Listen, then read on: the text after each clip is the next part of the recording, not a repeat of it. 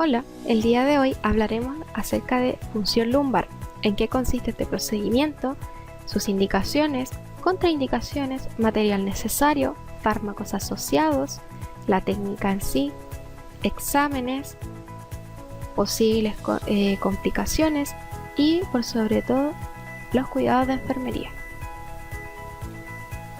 En primer lugar, ¿en qué consiste la punción lumbar? Es un procedimiento médico para diagnóstico y terapia. Este consiste en la introducción de una aguja en el espacio subaracnoideo a nivel lumbar, donde se extrae una pequeña muestra de líquido cefalorraquídeo para analizarla o bien para introducir fármacos en el mismo espacio. Se realiza en posición de cúbito lateral o fetal, ya que se obtiene una mayor separación de las apófisis espinosas vertebrales, específicamente la tercera y cuarta. De igual forma se puede realizar con la persona sentada e inclinada hacia adelante.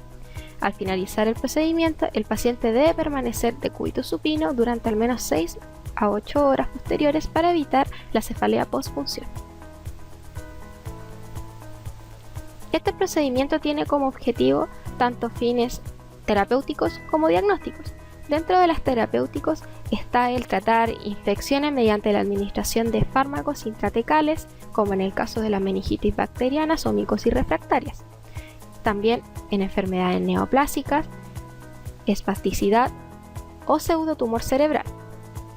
Y dentro de los fines diagnósticos, permite diagnosticar infecciones meningias, abscesos, hemorragias subaracnoideas, enfermedades desmielinizantes, polineuropatías inflamatorias, entre otras. Dentro de las contraindicaciones de esta técnica tenemos las relativas y las absolutas.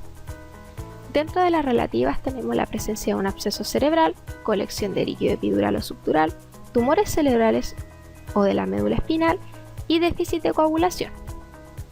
Dentro de las absolutas tenemos la celulitis o piodermitis en el lugar de punción de la piel o el aumento de la presión intracraneal.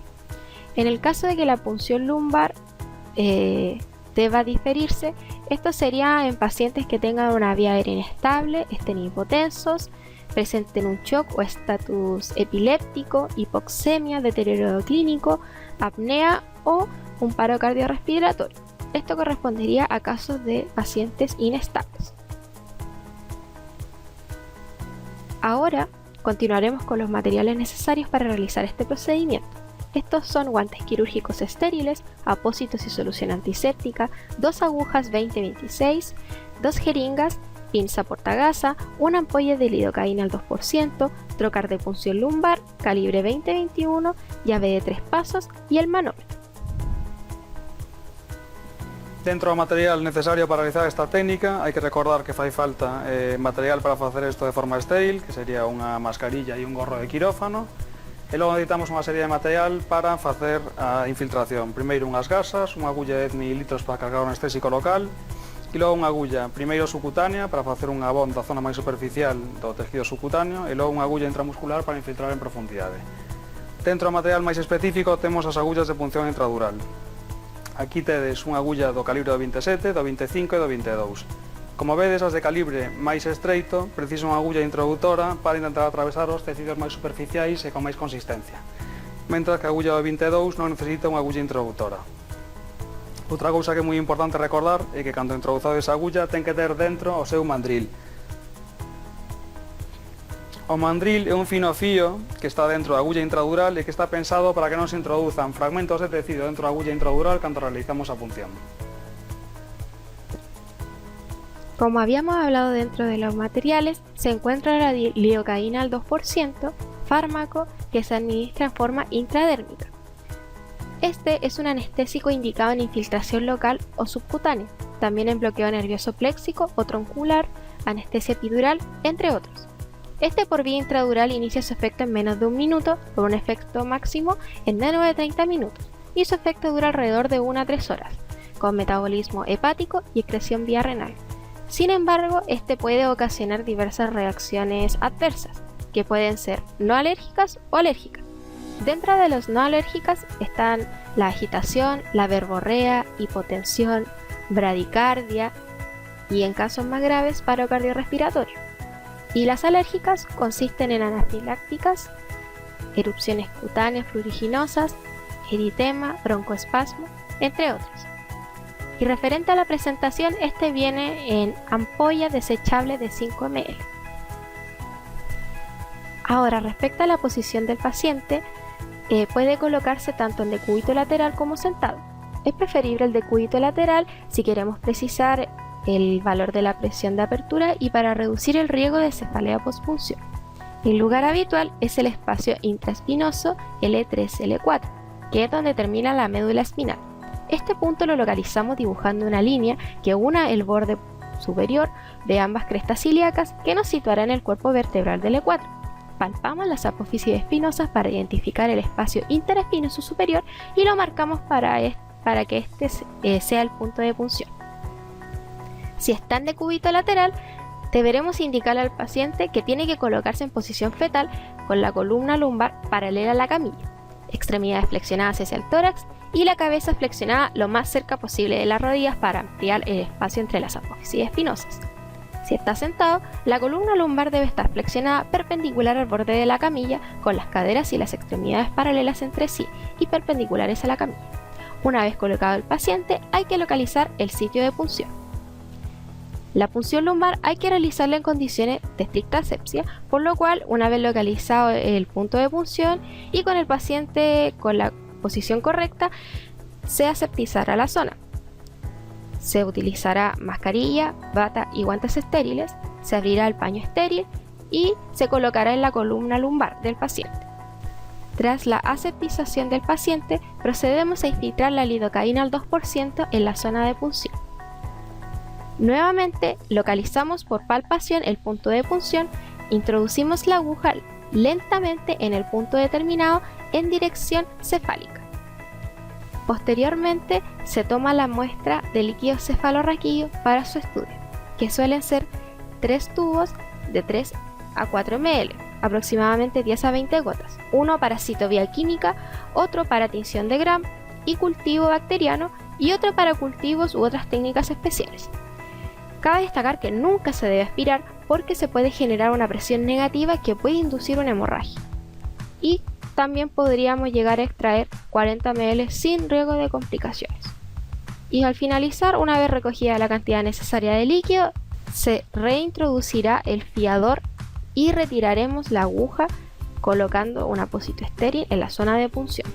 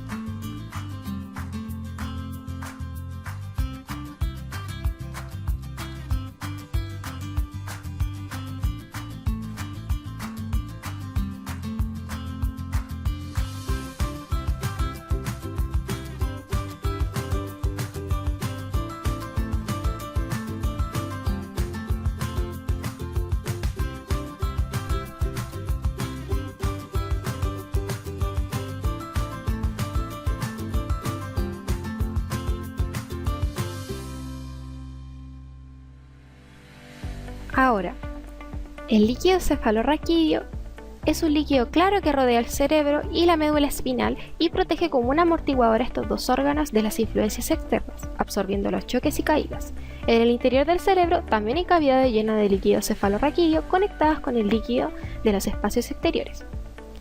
El diagnóstico de este líquido permite valorar su composición y juega un papel importante en el diagnóstico de enfermedades del cerebro y de la médula espinal. Ahora podremos valorar respecto a este líquido la presión de apertura, la presencia de glucosa, proteínas, leucocitos y el color del líquido cefalorraquídeo. Estos van a variar si el paciente es un neonato, lactante, niño o adulto. La valoración del líquido cefalorraquídeo va a permitir pesquisar en forma oportuna la presencia de algunas enfermedades, como son las meningitis bacterianas, víricas, tuberculosas, enfermedad de Guillain-Barré y esclerosis múltiple. En esta valoración se va a ver la presión, aspecto, celularidad, la presencia de glucosa y de proteínas en el líquido cefalorraquídeo. Dentro de las complicaciones tenemos dolor en el sitio de punción, cefaleas y vómitos, que son las más comunes. Luego tenemos hematoma epidural o subdural, radiculitis, herniación, infecciones, tumor epidermoide espinal, entre otros. Finalmente, tenemos los cuidados de enfermería, los cuales dividiremos en 3. Dentro de la preparación del paciente, tenemos que realizar la higiene de manos durante los 5 momentos con el estricto manejo de áreas y al realizar la técnica de forma correcta. Identificar al paciente resguardando su intimidad y confidencialidad, además de informarle del procedimiento y procurando disminuir su nivel de ansiedad. Se debe verificar la firma del consentimiento informado, en donde se le va a decir al paciente en qué consiste el procedimiento, las características de este, los posibles riesgos y complicaciones, en donde debe quedar estipulada la firma del médico tratante, la firma del paciente y el posible representante legal. Y finalmente se procederá a pasar a la etapa del procedimiento en sí. Dependiendo del estado del paciente y su tolerancia, puede realizarse en decúbito lateral o sedente. Se deberá aseptizar la zona lumbar y crestas ilíacas. Se debe utilizar bata, guantes, gafas y mascarilla. También se deberá colaborar con el médico en la preparación del material estéril con el adecuado manejo de áreas. También se deberá colaborar con el médico durante el procedimiento, también en la toma de muestra y en la retirada de los tubos y enviarlos al laboratorio antes rotulados. Finalmente, después de desechar los materiales biológicos y cortopunzantes, se registrará la técnica en la historia clínica del paciente y en la hoja de evolución de enfermería. Finalmente, posterior al procedimiento, se colocará al paciente en decúbito supino durante al menos 2 horas para evitar las cefaleas posfunción. En el caso que aparezcan, hay que mantener al paciente en reposo y avisar inmediatamente al médico tratante. También se debe vigilar el apósito y fomentar la ingesta de líquidos si es que no hay ninguna contraindicación. Cabe destacar que se tiene que vigilar al paciente en todo momento, tratar de resolver sus dudas y avisar en el caso de cualquier complicación o síntoma de alarma. Gracias por su atención y ahora le dejaremos un video recordando lo importante que es el lavado de manos.